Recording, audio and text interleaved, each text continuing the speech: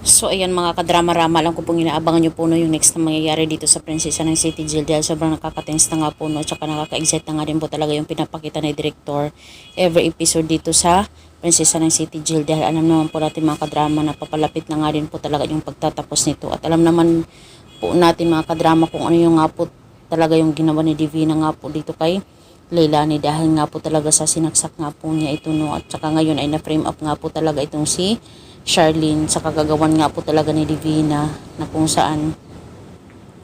talagang siya nga po talaga yung hinahabol ng mga pulis ngayon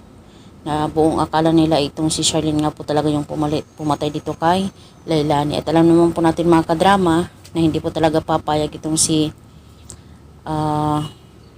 yung kaibigan nga po talaga ni Princess na ito naging girlfriend ni Libby dahil alam naman po natin mga kadrama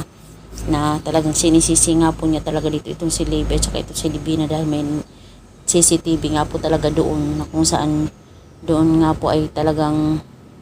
sinaksak itong si mama niya na si Leilani. At dahil nga po talaga dito mga kadrama, grabe nga po talaga yung galit ng anak ni Leilani na kaibigan ni Francis nga po talaga dito kina Libby at saka kay Divina sa kagagawan nga po talaga nila dahil wala nga po talaga silang mga puso na ginawa nila yung mga bagay na yun ng dahil lamang po talaga sa sekreto na alam ni Leilani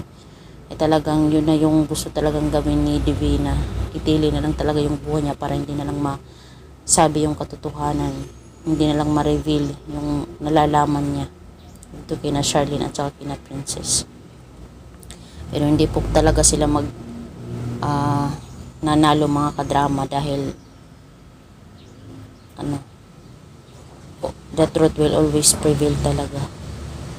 So yun lang po mga kadrama, maraming salamat again sa palagi niyong panonood. Huwag niyo pong kalimutan na i-like, i-share, at i-subscribe po yung aking channel para sa susunod video mga kadrama is ma-update ko po kayo. Thank you so much for always watching and supporting my channel. Bye! Abang na lang po natin yung paghihiganti po talaga nila.